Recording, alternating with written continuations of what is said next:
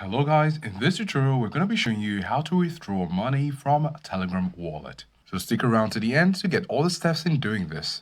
In order to withdraw money, of course, you need to have your funds in your Telegram wallet. And when you have that, you just need to go over to the P2P market and click on it. And right here, because you want to withdraw your money, you just need to go and click on sell. You can set your preferences here, such as method of payment. You get to select your verification method. You have trusted, national ID verified, or all. And then you're going to select your currency and then select the crypto which you would like to withdraw. If you tap on the crypto button, it's a drop-down menu where you get to select which of the cryptos you would like to withdraw. We're leaving it at USDT, and right here you have the different buyers for your crypto. The currency remains in euros, and all you need to do is to go ahead and click on sell, and where the seller, which is you, and the buyer meet all the criteria, you will succeed in withdrawing your money. So when you click on sell, for example, this buyer has limits of 1,200 euros, so you need to have at least this amount in your wallet. For this other client, you have a limit of 500.